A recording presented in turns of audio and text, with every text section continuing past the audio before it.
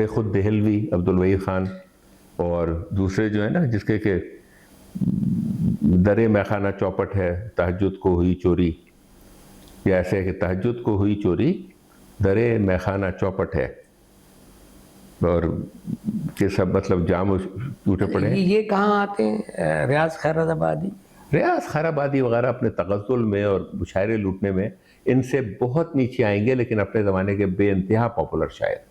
लेकिन अगर आप उनसे ये कहें कि ज़बान और बयान के हिसाब से ये उन 8-10 शायरों से फ़ौरन आ जाए, तो मैं जैसे नंबर दे रहा हूँ शुरू में 97, 98, 99, तो जो दूसरा ग्रुप आता है वो 80s में नंबर लेता है, 88, 89, 90, ये तीसरे वाले में आएंगे 70s, 80s में। और उस लिहाज से किसी ने मुझसे पूछा तो फिर आप फैज़ और फराज को कहाँ रखेंगे? मैंने कहा भाई फैज़ को बड़ा खींचतान के मैं 30s और 40s में लाऊंगा, फराज बेचारा तो अगर टीन्स में आ जाए तो बड़ी बात है। जॉन एलिया वगैरह, जॉन एलिया का अपना स्टाइल है, इनको इसमें ना डालें, उनका अपना स्टाइल है। और उनके बाद अशार शेर तो मुझे बहुत पसंद है, चैलेंज करता है, कहता है मतलब इस्लाम के अकीदे पे कि लफ्ज़ कुन से जहाँ बना है, और दूसरी तरफ उर्दू का मुहावरा है कि जल्दी का काम शैतान का।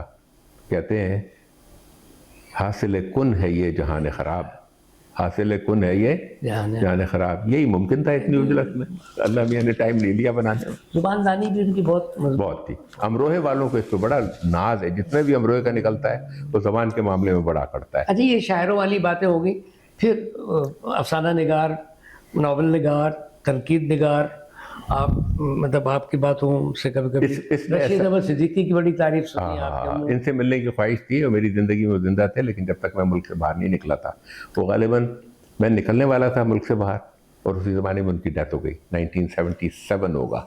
यहाँ हुई? मैं कराची में था नहीं, वो तो वहीं मरे, वो कभी इधर नहीं आए। बल्कि वो ऐसे थे कि रहने वाले वो ईस्टर्न यूपी के थे।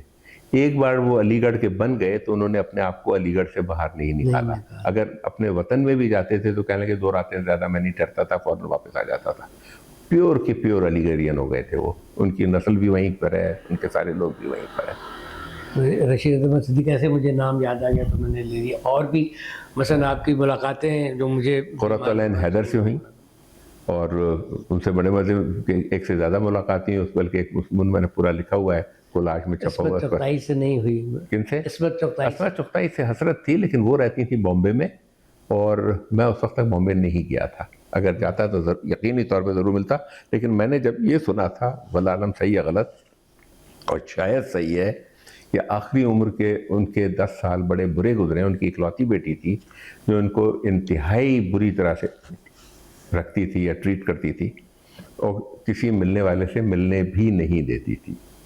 तो ये उनकी बस इतनी ज़बरदस्त लिखने वाली। अस्मत चुगताई से मिलने का तो शायद मेरा कहीं ना कहीं से कनेक्शन इस तरह से निकाल देता कि ये प्योर आगरे की थी, और मेरी ननिहाल जो है वो आगरे की। तो इनके ख़ानदान को मेरे ख़ानदान वाले जानते थे, ये तो चुगताइयों के ख़ानदान की हैं, फ़लाँ की बेटी हैं, फ़लाँ की है। और फिर दूसरे राइटर्स, मतलब शायरों की जो बात हो गई, नस्र लिखने वालों में अफसाना निगार, नावल निगार, उर्दू में जैसे थे, चाहे आप ना भी मिले हों, और उनके डॉक्टर इबादत बरेलवी जो कहलाते हैं, वो रामपुर के करीब एक शहर है, तो वहाँ के रहने वाले बरेली के, और बरेली भी 2 हैं, ये बांस बरेली और राय बरेली। तो वहाँ के लोगों के आम तौर पे बरेली वालों के नाम के साथ बीच का नाम होता है यार, तो इनका नाम था इबादत यार खान। हमारे एक दिन के उस्ताद भी रहे। हाँ, और रामपुर वालों में जो ज़्यादातर नाम होता है उसके बीच में लगाते हैं शाह, मोहम्मद शाह खान, अतहर शाह खान, मकसूद शाह खान, मेरे फजीलात भाई हैं, मुज़फ़्फ़र शाह खान, ज़फ़र शाह खान, ये सारे होते हैं। तो डॉक्टर इबादत अतहर शाह खान जेदी, अतहर शाह खान वो रामपुरी थे। और ये जो लाहौर में जब मैं था तो उस ज़माने में वो ओरिएंटल कॉलेज जाता था, तो मैंने ये जो थे असर वक़ार अज़ीम के अब्बा, वक़ार अज़ीम, सैयद वक़ार अज़ीम, उनके लेक्चर अटेंड किए। मैंने डॉक्टर इबादत बरेलवी के, बल्कि एक ने खड़ा करके मुझे पूछ लिया कि आप कौन है? मैंने कहा आप लेक्चर ख़त्म कीजिए, बाद में बताऊँगा। तो उन्होंने पूछा साहबजादे आप कहाँ से आते हैं? मैंने कहा मैं तो फ़ौजी अफसर हूँ, कप्तान हूँ, लेकिन अपने शौक़ में आके बैठता हूँ। कहने लगे बिस्मिल्लाह आके बैठिए। बहुत मज़ा आता था उस ज़माने में, टाइम भी बहुत था। अशफाक साहब से कोई मुलाकात नहीं हुई? अशफाक साहब से मेरी मुलाकात नहीं हुई। मानो कुसिया से मिलने का चांस था जो समहाउ नहीं मिला। तो उनके साथ और भी कंटेम्प्रेरी सूफी साहब, कासमी साहब, कासमी साहब से बड़ी ख्वाहिश थी, नहीं मिल पाया कासमी साहब की। नवासी जो है नजीबा आरिफ, उनसे कभी यहाँ पर, अब वो भी बड़ी चीज़ हो गई है, डॉक्टर हैं और पीएचडी हैं। अपने सूफी तबस्सुम साहब, सूफी तबस्सुम साहब को दूर से बैठ के मतलब देखा किया, उनकी महफिल में जैसे होता है ना कि कोई बेअदबी से बात करे या कुछ। तासीर साहब, तासीर साहब नहीं, तासीर साहब का बड़ी जल्दी इंतकाल हो गया था। फैज से भी नहीं मिले आप? फैज साहब को मुशायरों में देखा, गप्पे नहीं मारी, मैं खौमखा क्रेडिट नहीं लेना चाहता, लेकिन फैज साहब का मैंने आखिरी मुशायरा जो अटेंड किया उसमें ऑर्गेनाइज करने में बहुत हद तक अब्दुल वहीद खान हमारे जो कस्टम्स के दोस्त हैं उनका था, और ये उर्दू कॉलेज के बराबर में जो पार्क है राशिद मिन्हाज रोड और इसके बीच में उर्दू कॉलेज के बीच में, इसमें वो फंक्शन था तो वो थे। तासीर साहब से मुलाकात नहीं हुई क्योंकि वो जल्दी मर गए। अच्छा, थोड़ा सा रिवर्स लगाते हैं। वहाँ आपने अपने अदबी ज़ौक़ की वजह से मशायरे वगैरह भी अरेंज किया आपने, न सिर्फ मशायरे, वैसी भी महफिलें और भी अदबी महफिलें आपने वहाँ बर्पा की। उनकी तो तफसील मतलब किस किस को बुलाया? मेरे ख्याल मुझे याद पड़ता है कि आपने फराज को भी बुलाया था, और अपने यूसी साहब भी, और भी लोग आए होंगे। उसमें ऐसा हुआ था कि वहाँ पर एक डॉक्टरों की ऑर्गेनाइजेशन है जिसको वो अपना कहते हैं, association of Pakistani physicians of north America, कुछ नाम बदल दिया लेकिन बनता वही अपना है उससे। तो उसमें ट्रेडिशन थी कि आखिरी दिन वो 2 फंक्शन रखते थे। एक तरफ तो यहाँ से बुला के मीरा या रीमा टाइप की हीरोइनों के वो डांस कराते थे और उनको वो 40-50 हज़ार डॉलर देते थे अलावा आने जाने के।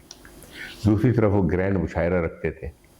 तो मुशायरे में ये बड़े शायर पकड़ के नहीं ला सकते थे, या लाते थे तो वो शिकायतें करते थे। तो एक साल, उस साल जो प्रेसिडेंट थे अपना के, उन्होंने कहा कि यार पिछले साल का मुशायरा बिल्कुल बेकार हो गया था और बड़ा गज़ब हो गया, अब इसको जमा भी नहीं होगा, हम चाहते हैं कि मुशायरा अच्छा हो। मैं कहा अगर आप चाहते हैं तो आप मतलब जेब ढीली करें, मैं आपको शायर बुला के दूंगा।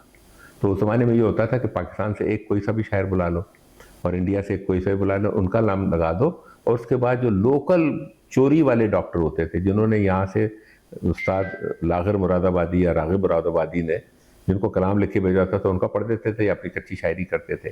तो जब उन्होंने कहा कि मैंने कहा नहीं, मैं बुलवा आपको बहुत सारे दूंगा, और मैंने $27,000 का उनसे बजट लिया और 7-8 बड़े लोग बुलाए और फिर वो फंक्शन किया। जब वो फंक्शन हो गया तो उससे मैं मशहूर हुआ। तो उसके बाद फिर ये हुआ जैसे आप मुश्ताक अहमद यूसी साहब का पूछ रहे हैं, तो उसके 1-2 साल के अंदर ये पहली बार अमेरिका उस वक्त आए जब इनकी बेगम को मरे हुए 4-5 साल हो चुके थे, और मरने से पहले इन्होंने मेरा ख्याल है 3-4 साल बेगम की पट्टी के साथ लग के उनकी तीमारदारी की थी। बड़े मतलब वफादार और तीमारदार शोहर थे ये। और उसके बाद उन्होंने डिक्लेयर कर दिया था कि मैं किसी तरह की कोई अदबी महफिल में शरीक नहीं होऊंगा। तो उनकी जो छोटी बेटी है वो हमारे पड़ोस में थी, पड़ोस से मुरादे आधे 1 मील के फासले पर। उन लोगों से उस ज़माने में ज़्यादा दोस्ती नहीं थी क्योंकि वो मुझसे तकरीबन 6 साल जूनियर हैं।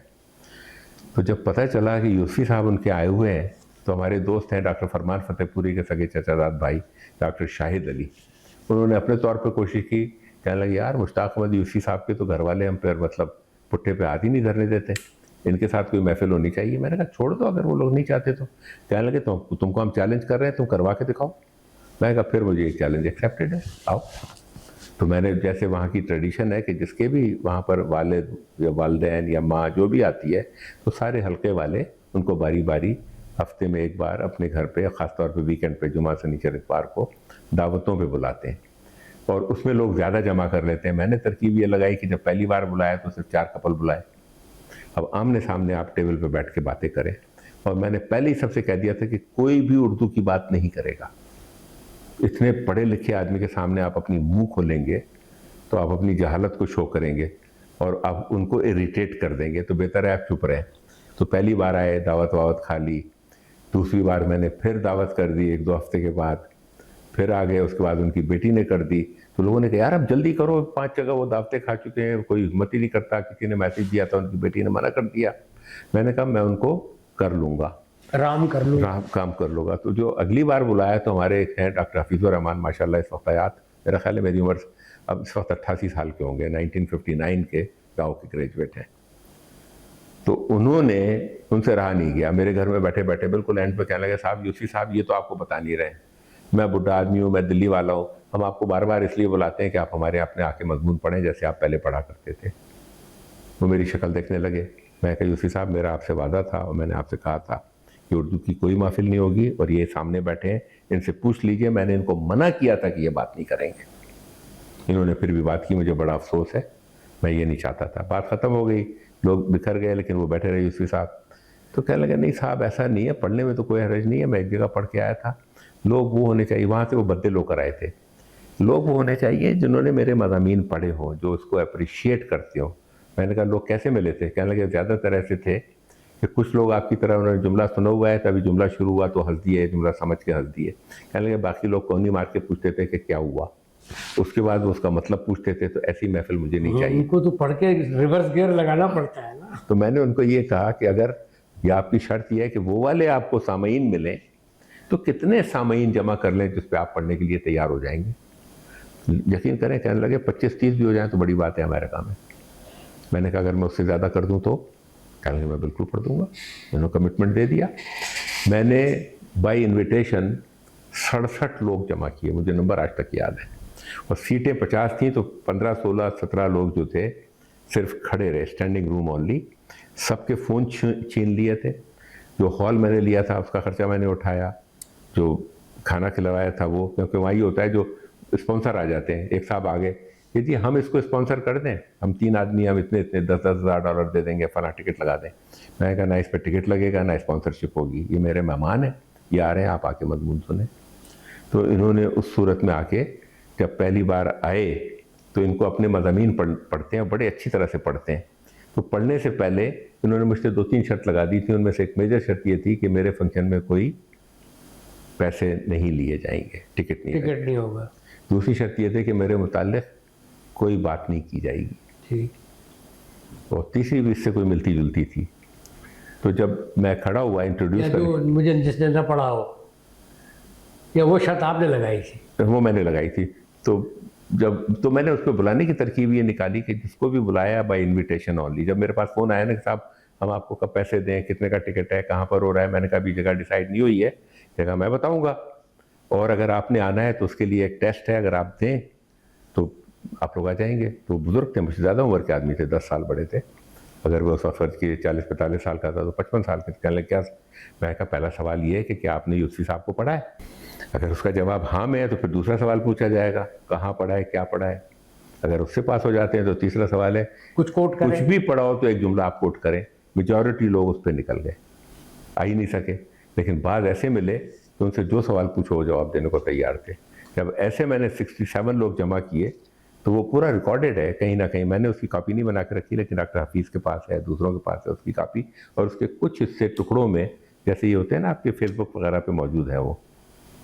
तो यूसुफी साहब जब आए थे तो उस बुनियाद पे उनसे थोड़ी सी याद अल्लाह हो गई। उसके बाद वो मेरे पास आने लगे और वो मुझे बुलाने लगे अपने घर पे। यहाँ तक हुआ कि मैं सारा दिन काम करके आया, शाम को आया, अभी खाना खा के बैठा हूँ, शाम के 7:30-8 बच्चे हैं, बच्चे छोटे हैं। मेरी बीवी ने कहा ये करेंगे, फला चीज़ लेने जाएंगे, फला करेंगे। यूसुफी साहब का फ़ोन आ गया, आप कहाँ पर हैं? आप, मैं खाने पर इंतज़ार करो। मैंने कहा खाना तो मैंने खा लिया लेकिन मैं आता हूँ। तो मैं रोज़ जाने लगा। कहने लगे ये तो मेरी शौकन बन गए, आपको छोड़ते ही नहीं है। और उनको मज़ा आता था, बैठे के गप्पे मारते थे। और मैंने उनका स्टाइल तो आपके तवज्जो से मेरे जैसे लोग भी इनसे मिल रहे थे। तो उन्होंने, मुझे इतनी छूट मिल गई थी कि कराची में रहते हुए जिसका मैं दिल चाहे 1 या 2 आदमी ले जाता था साथ में, जो कहेगा उसको ले जाके मिलवा दूंगा, और जिस वक्त चाहूँ। और उनके घर वाले इजाज़त देते तो दूसरे उनके यहाँ जो हमेशा जाती थी वो अनवर मकसूद की बहन ज़ोरा निगाह, उन पर कोई पाबंदी नहीं थी। तो बल्कि एक आध बार ऐसा हुआ है कि कोई फंक्शन कराची में मैंने किया, बल्कि कराची जिमखाना में था, मैंने उसको स्पॉन्सर किया था। तो मैं इन दोनों के बीच में बैठा, तो उसमें जैसे ये मुंतखबुल हक, मौलाना मुंतखबुल हक के बेटे जो है, क्या नाम है, डॉक्टर नईम, नहीं अभी आ जाएगा नाम से, है ना, जो बड़े कॉलेज में हबीब मेडिकल यूनिवर्सिटी के वाइस चांसलर वगैरह है। कहने लगे ये साहब कौन बीच में बैठे हुए हैं? तो यूसुफी साहब ने कहा आपको पता नहीं कि ये कितने पढ़े लिखे हैं। तो फिर उनको समझ में आया। तो लेकिन यूसुफी साहब से अच्छी रही मेरी, फरोतन हैदर से अच्छी रही, ज़ोरा आपा से अच्छी रही, ठीक है ना। कासमी साहब से गप्पे नहीं हुई, हालांकि वो ऐसे थे। कासमी साहब का एक किस्सा मैंने पढ़ा है, बड़े मज़े का है। मैं वो ऐसी बदतमीजी नहीं कर सकता था कि उसमें ये मशहूर है कि किसी महफिल में उन्होंने अपने किसी शागिर्द को या लड़के को देखा जो बड़ा मुँहफट था, जो अजीब सा चश्मा लगाए बैठा हुआ है। उसने कहा ये कैसा चश्मा लगाया, तुम तो इससे बिल्कुल उल्लू नज़र आ रहे हो। उसने कहा पलट के कहा सर अगर नहीं लगाऊं तो आप मुझे उल्लू नजर आते हैं। ये लिखा हुआ है कहीं पर, मौजूद भी है किस्सा। मैं आपसे पूछना चाह रहा था कि आपने अपने वहाँ से तो रिटायरमेंट ले ली है, तो अब आपकी गुज़र औकात में वक्त कैसे गुजरता है आपका? वो वक्त जिस तरह से गुजर रहा है उससे आप खुश हैं या अपने आप को खुश रखने के लिए क्या करते हैं? मैं मुतमईन हूँ। एक ज़माना था जब मैं न्यूयॉर्क में रहता था, बच्चे भी छोटे थे, मैं एक्टिव भी था, 2 नौकरियां भी करता था। उस ज़माने में आप यकीन करें, एग्जिजरेट नहीं कर रहा, साल में 365 दिन में से कम 265 दिन में मेरे घर में मेहमान हुआ करते थे। ज़रूरी नहीं वो मेरे दोस्त होते थे, दोस्तों के दोस्त के दोस्त के रिश्तेदार जो भी आए, जिस किसी को किसी चीज़ की मदद की ज़रूरत है हमारे घर पे आए रहे, दोपहर को खाना खाए, गरीब खाना हाजिर है, हर भला के लिए जो हम कर सकते हैं वो करेंगे। लेकिन जब मैं वो शहर छोड़ कर आया तो मैंने सेंट लुइस में ये देखा कि मेरे मिजाज के या पसंद के या मजाक के लोग बहुत कम हैं। और दूसरा ये देखा मजबूरी वहाँ पर कि हर फंक्शन में हर एक को बुलाना पड़ता है। भाई जो आदमी मेरे मजाक का ही नहीं है, मेरे मिजाज का नहीं है, ज़रूरी है कि उसने मुझे अपने घर में दावत में बुलाया तो मैं जाऊं और मैं उसको अपने घर में ज़रूर बुलाऊं। एक आध जगह मैंने ये गलती की, फिर उधर से शिकायत आई कि हमने तो उनको अपनी दावत में बुलाया था, ये अपने घर में क्यों नहीं बुलाते। तो मैंने जाना बंद कर दिया। मेरे पूरे सेंट लुइस में मुश्किल से 10 घर ऐसे होंगे जिसके मैं अंदर गया हूँ। 3-4 ऐसे हैं जिसमें, जैसे एक शाहिद अली का, कि उसमें सैकड़ों बार गया हूँगा। कलवानी फैमिली तो मैं कलवानी फैमिली के साथ सैकड़ों बार गया हूँगा, ठीक है ना, जो हमारे दोस्त हैं।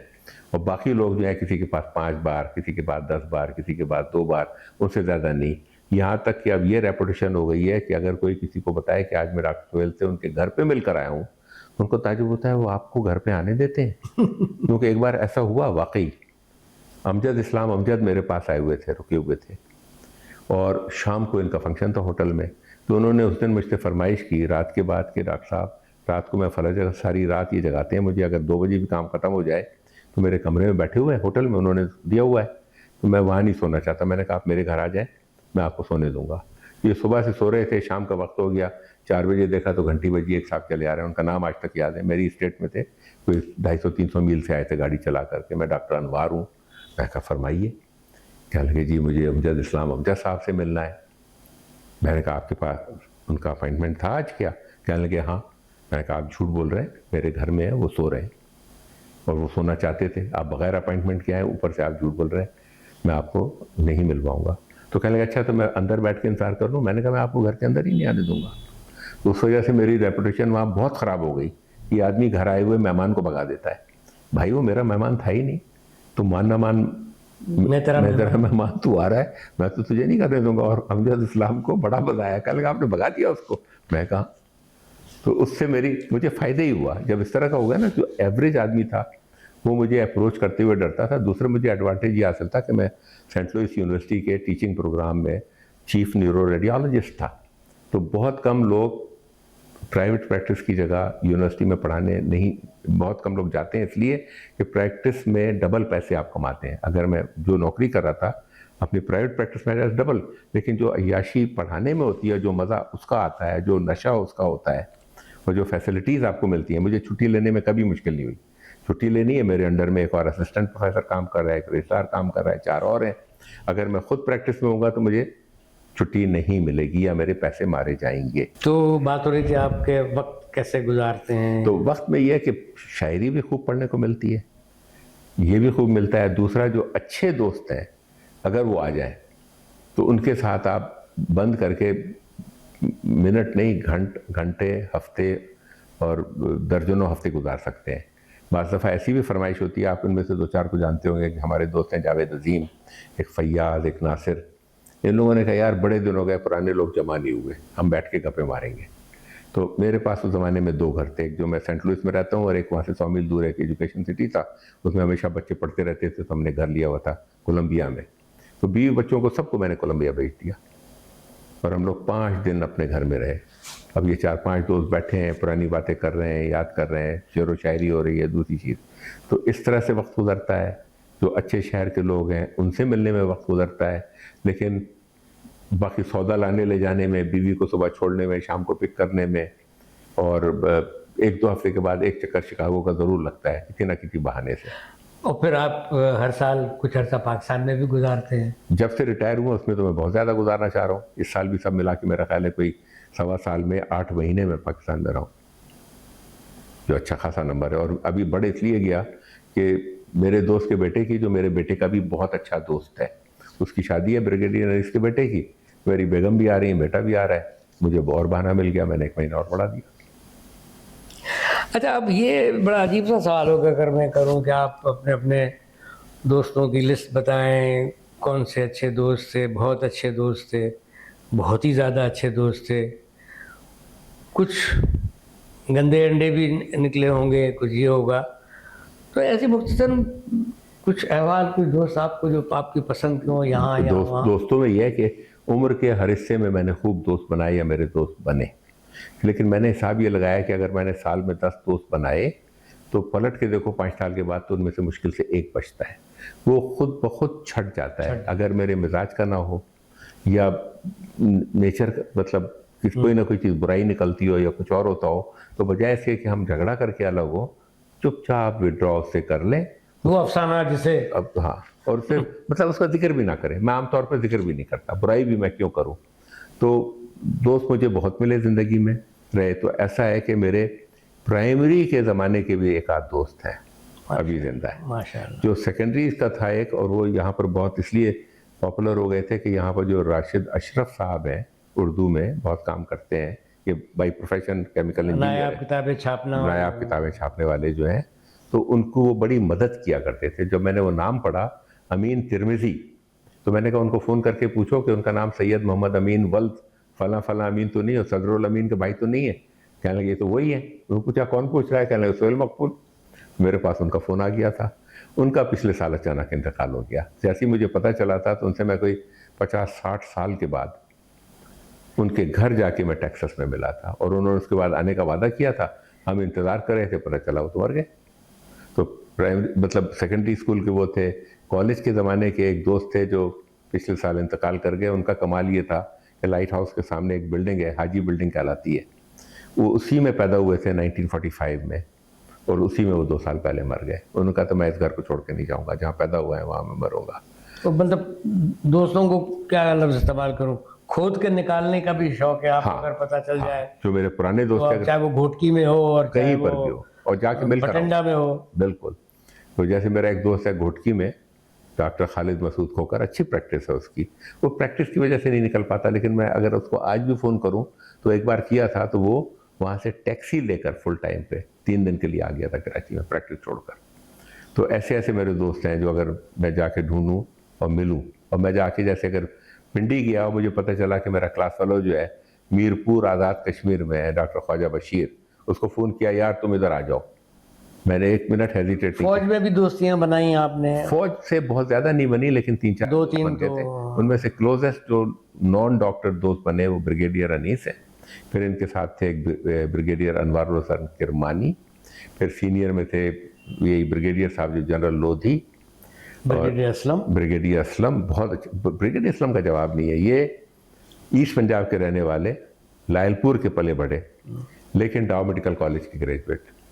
बाजवा साहब यार दोस्तों में दोस्त, माशाल्लाह मरहूम का क्या दर्जा था और क्या उनकी ज़बान थी। तो इसका फ़र्क ये है कि असलम साहब की उर्दू इस तरह की होती थी। एक बार मुझे ज़रा सी जल्दी थी, मैं बैठ नहीं पा रहा था, कहने लगे मियाँ परों पे पानी तो पड़ने दो, बैठो तो यहाँ पर।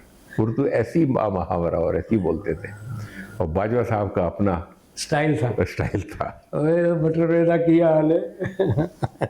और बटरवा जो लफ्ज़ था उससे पहले पंजाबी लोग उर्दू बोलने वालों को बड़े छुप के आपस में जिक्र करते हुए कहते थे कि ये मटरवा है। मैंने उसको बेइंतहा मेरा ख्याल है सिंगल हैंडेडली पॉपुलर किया।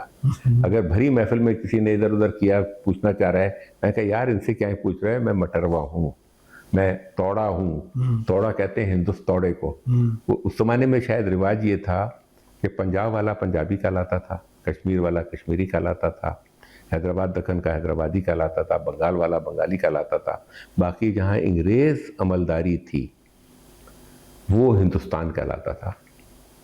तो उसका जो रहने वाला और ख़ास तौर पे उर्दू वाला है, तो उसमें यूपी, सीपी, राजस्थान, बिहार, ये सब आ जाता था। तो हम उस हिसाब से हम हिंदुस्तानी ठहरे, लेकिन मुझे इस पर बड़ा फ़ख्र है, मुझे कोई इस पर शिकायत नहीं है। क्या मतलब सजेस्ट करेंगे आप, जो आजकल आप मिल रहे हैं दोस्तों से, दोस्तों के बेटों से, बच्चों से, नौजवानों से? तो बच्चों में तो बाद में आते हैं, पहले तो मुझे अपने दोस्तों से शिकायत थी कि जितने लोग जिस चीज़ में भी इन्वॉल्व हुए वो कल्चर और लैंग्वेज और अदब से दूर होते चले गए। जो पहले शुरू में पढ़ते भी थे वो अपनी पढ़ते, जो कोई कल्चरल एक्टिविटीज़ होती हैं उसमें नहीं जाते। आप इनको किसी मेले में तो ले जा सकते हैं, लेकिन अब जैसे उर्दू का 3 दिन का 29-30 को यहाँ पर आर्ट्स काउंसिल में होगा, मैं किसी को पकड़ के ले जाऊँ तो मुश्किल से एक आध आदमी मेरे साथ जाएगा। आर्ट्स काउंसिल में अहमद शाह करेंगे, वो क्या कहलाती है, उर्दू कॉन्फ्रेंस? उर्दू कॉन्फ्रेंस जो है, भाई आप जाएँ, बैठें वहाँ पर, करें, किताब लें, पढ़ें। और किताबों का तो ये है कि जिसने जो किताब लेनी है उसके पास नहीं है। अच्छा, बाद दफ़ा नायाब किताबें मुझे पुरानी किताबों के ढेर में मिल जाती हैं, जो रीगल सिनेमा के पीछे एक गली में लगता है। इतवार को मैं जाता हूँ, गाड़ी खड़ी करता था, अब तो नहीं है, तो शाहराह इराक़ पे उतरे, वहाँ पैदल चलते चले गए। अब कितने ही दुकानदार मुझे पहचानते हैं, बग़ैर बहस किए हुए बड़ी रीज़नेबल प्राइस पे किताबें दे देते हैं। बल्कि कल परसों में तो ये हुआ है कि एक साहब ने मेरे लिए, यहाँ भी आप किताबें बांटते हैं, मुझे भी किताबें दी हैं, रखवाई हैं आपने मेरे पास। वो जो किताबें वहाँ जमा हैं आपके घर में, उसका क्या होगा? उसके 2 हल हैं। एक साहब वहाँ पर रहते हैं, उनका नाम है वसीम रज़ा। ये न्यू जर्सी में है, जो मेरी जगह से तकरीबन 900 मील दूर है।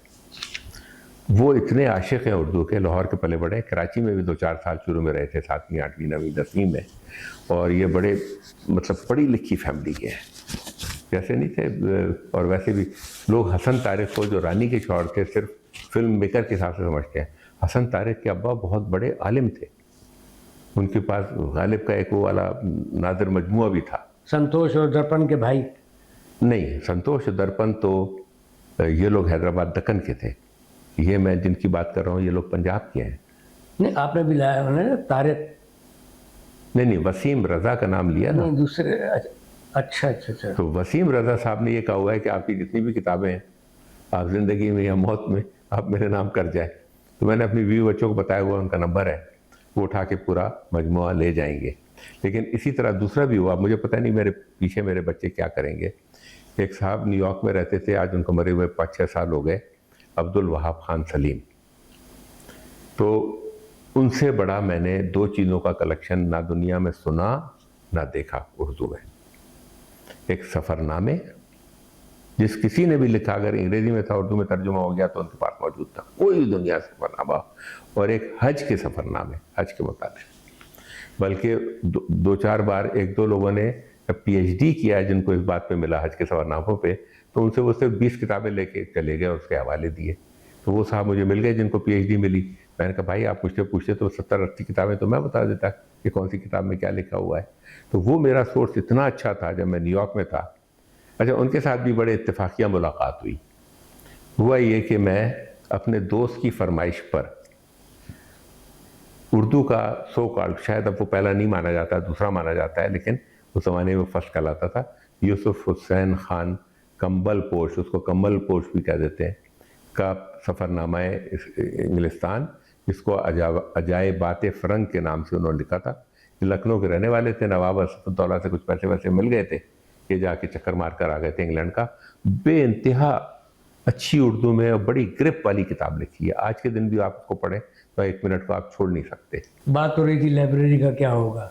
तो लाइब्रेरी का ये होगा कि वो किताबें मोस्ट लाइकली उनको दे दी जाएंगी। लेकिन बता ही रहा था कि वो जो अब्दुल वाहिद खान साहब की थी, उनके पास 18,000 किताबें। तो उनसे मेरी ज़िंदगी में बात हुई, उन्होंने वादा किया, अपने बच्चों को कहा, कह लीजिए मेरे बाद ये सोहेल मकबूल साहब इसके ज़िम्मेदार होंगे। मुझे अब खुद अपनी मौत का डर हुआ, और ये वसीम रज़ा मुझसे 10-12 साल छोटे हैं। कहने लगे डॉक्टर साहब मैं ले आता हूँ, इनका घर बड़ा आलीशान है, 2-3 मिलियन का घर है, पूरा फ्लोर जो है किताबों से भरा हुआ है, उर्दू की भी इंग्लिश की भी। कहने लगे मैं इनका एक गोशा अलग बना दूंगा, और पढ़ने वाले उन्होंने सारी किताबें पढ़ी हैं, जिस किताब का मैंने आप इंग्लिश उर्दू का उन्होंने पढ़ी होती है। मैं उनको लेके उनके घर गया।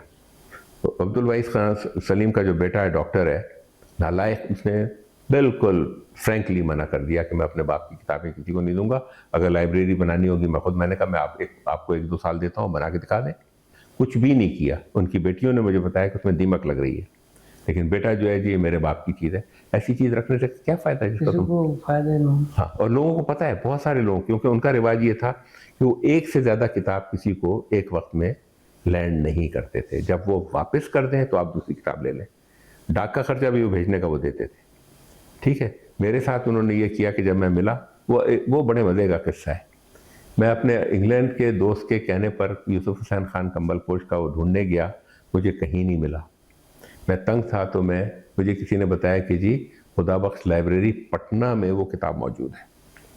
मैंने कहा ठीक है। उनके रेजिडेंट डायरेक्टर के नाम मैंने कहीं से डॉक्टर फरमान फतेहपुरी से ख़त लिखवा के लेके गया था। उनका नाम था आबिद रज़ा बेदार। मुझे ये नहीं मालूम था कि वो रामपुर के हैं, मेरा ददियाली निकलता है।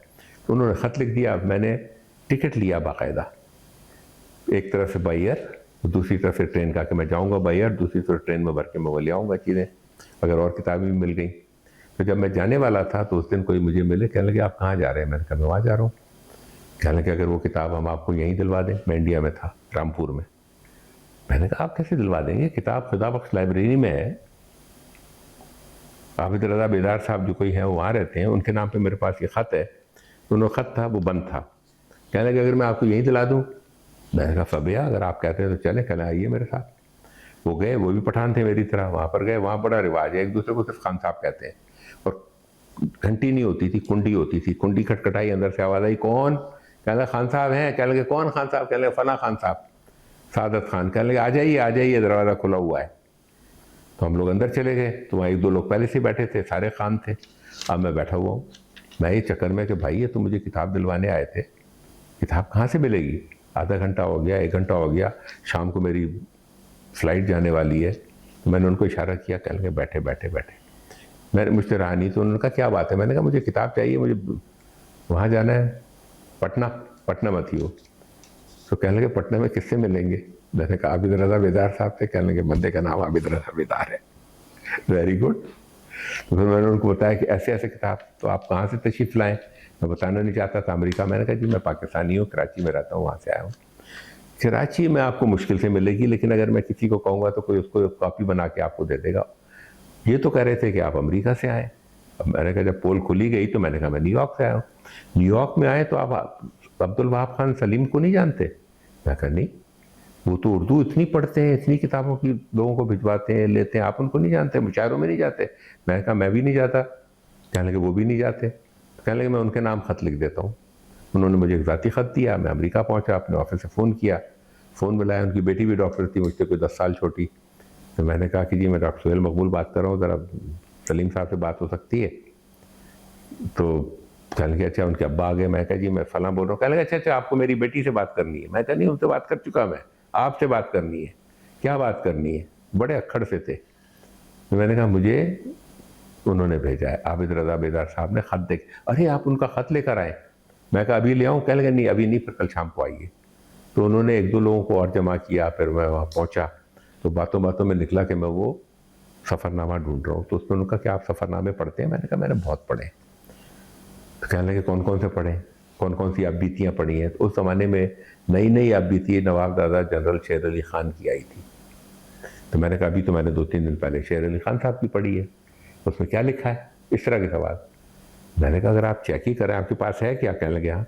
मैंने कहा सफ़ा नंबर मिसाल के तौर पर 158 के लिए उस पर एक तरफ पेज है, उसके नीचे लिखा हुआ है, उन्होंने अपनी वहाँ की जो क्रिकेटर नहीं थे मशहूर इंडियन मुसलमान क्रिकेटर, क्या पटौडी, तो ये पटौडी के रहने वाले थे। तो पटौडी में अपने महल की तस्वीर दी हुई है, उसने मेरा वो घर जिसे मैं छोड़ आया।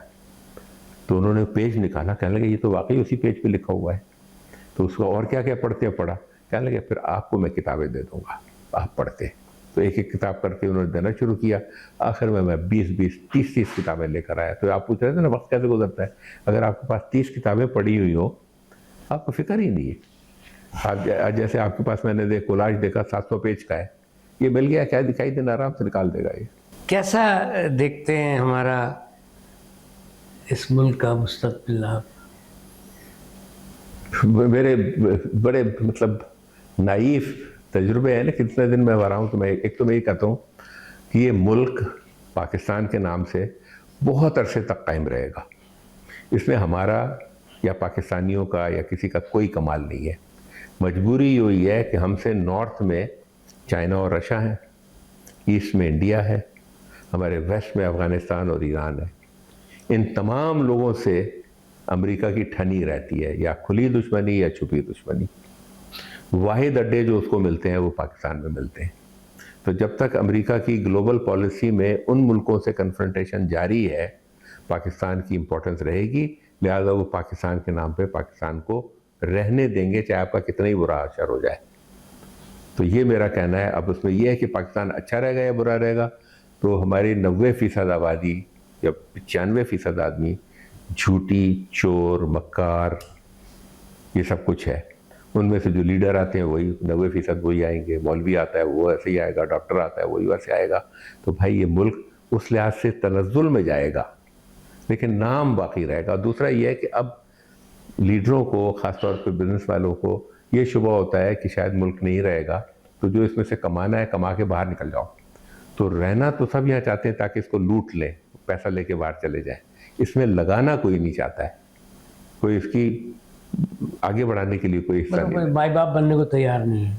ना, इसको सिर्फ लूटने के लिए तैयार है कि जब तक ये हम इसमें से निकाल के खाते रहेंगे। चलो साहब, बड़ी दिलचस्प गुफ्तगू रही आपके साथ। अब इसको जब लोग देखेंगे तो मेरा ख्याल है वो यकीनन इसको पसंद करेंगे। तो साहब, अब हमारा ये सिलसिला शख्सियात से मुलाकात का, इस सिलसिले में आज आपने दूसरी किस्त डॉक्टर सुहेल मकबूल के साथ सुनी। मुझे उम्मीद है आपको ज़रूर पसंद आएगी।